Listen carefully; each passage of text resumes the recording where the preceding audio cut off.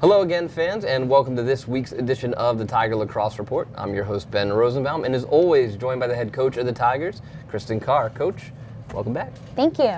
So, one game, first CAA game in the books, a tough one up on the island against Stony Brook. Just your thoughts on the game. Again, a tough one for Towson, and your thoughts following. Yeah, you know, Stony Brook was a great team. They're a great team, athletic, fast, some of the stuff that we talked about leading into the game. And what we're taking from that is we have to maintain possession. We're going to work, and we have been working on the draw to help maintain that possession, but understand that all in all, every game that we've played so far is a chance to learn from it, and we're putting that work into action on the practice field this week. You mentioned maintaining the possession. You look at the shots totals for both teams in Stony Brook, 35-16 in that game, and that goes back to valuing the ball, valuing the possession, taking care of it, and that translates into that shot selection. Do you feel like if you guys had maybe been able to make their goalie move a little bit more and put some more shots on goal, that now, I'm not saying that it would swing the whole game in your favor, but it gives you guys a better chance, better momentum throughout that game, better rhythm. Yeah, sure. I think the more opportunity you have to take shots, the better you're putting your team in a position to hammer those shots home. But I think for us having limited possessions and scoring off of probably half of those, it goes to show that when we have the ball, we're able to do a lot. We just need to continue to work on keeping the ball in our offensive 30 and really working their defense down and being able, to your point, to move the goalie. Draws you mentioned as well, back-to-back weeks where the other team was able to really capitalize on draws and get extra possessions and have some more possession with the ball. We've seen some shuffling at that spot as well. Is that something that you're kind of comfortable with right now? Is this kind of go with a hot hand, or are you trying to really push Emma to be in that spot and ready to go as your number one? Yeah, I think any given day somebody's name could be called upon. So our goal is to make sure they're ready. We're putting in the work at practice, so if their name is called on game day, that they're able to execute and produce at a high level. Now, one bright spot was to see after a tough game against Loyola, with Loyola scoring a lot. Your freshman goalie, Jenna Cardeno, stayed steady. 13 saves for her, continuing to just acclimate and raise her game and support. And she got to face back-to-back weeks of two very good offenses, ranked opponents.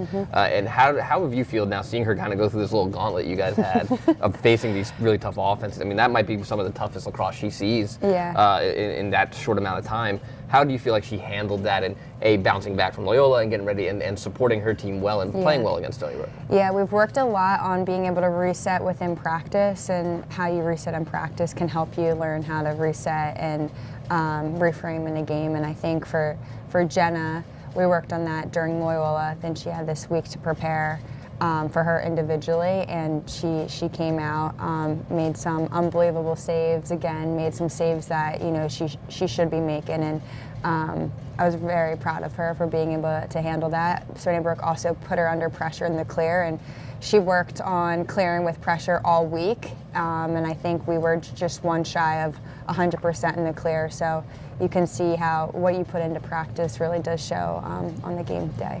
And we talked about how this little gauntlet you guys went through affects Jenna, but also for the team, you get to play two really good teams, ranked opponents, back-to-back. How does that help the team prepare for down the road? Because it's still young in this season, and you only played one conference game so far. Yep. We always talk about opportunity, right? And, we get the opportunity to step on the field no matter who it's against, whether it's ranked, whether it's a crossroad rivalry. We want to attack the game the same way. We want to respect ourselves, respect our opponent, and be able to play the best lacrosse that Towson is able to play.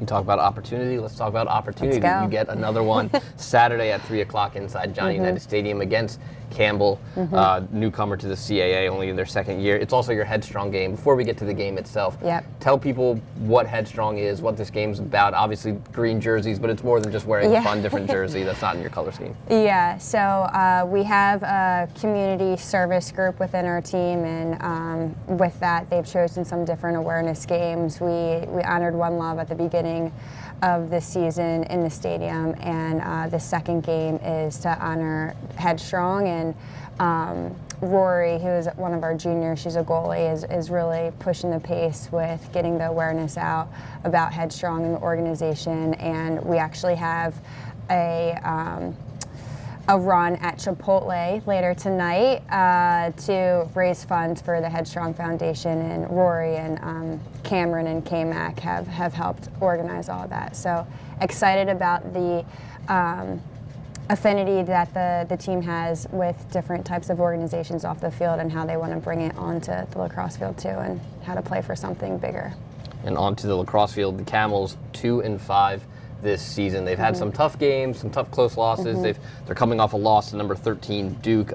You talk about the Camels, you talk about Welsh, 34 points. She paces the team, leader in goals and assists, 19 and 15. I don't think anybody else has double-digit assists other than her. Yep. I mean, it's somebody, it's almost, you talk about guys like Michael Jordan and LeBron James in basketball, they're going to get a touch. She's going to get a touch every time they go down. How do you kind of stop that off and make somebody else have to do something? Yeah, I mean, minimizing her touches is obviously really important. If, you know, she's the quarterback of the offense, she's going to be able to not only handle the pressure, but also have vision to see what else is out there and who else can help her offense be productive. So limiting her touches is something that we want to make sure that we're doing on the defensive end, and really causing chaos to their offense in general to make us dictate the pace and use that as momentum going down the field to our offensive end.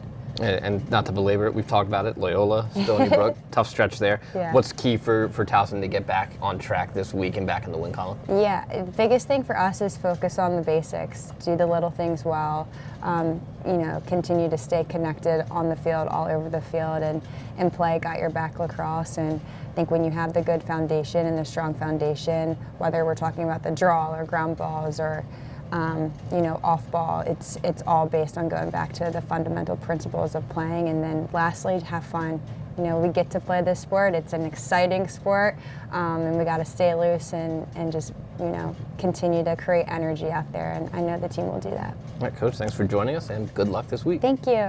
The Tigers and the Camels hit the field at Johnny Unitas Stadium this week at 3 o'clock. We'll have the call for you, Nicole Kress and myself, on Flow Sports. For the head coach of the Tigers, Kristen Carr, I'm Ben Rosenbaum. Thanks for joining us, and as always, go Tigers.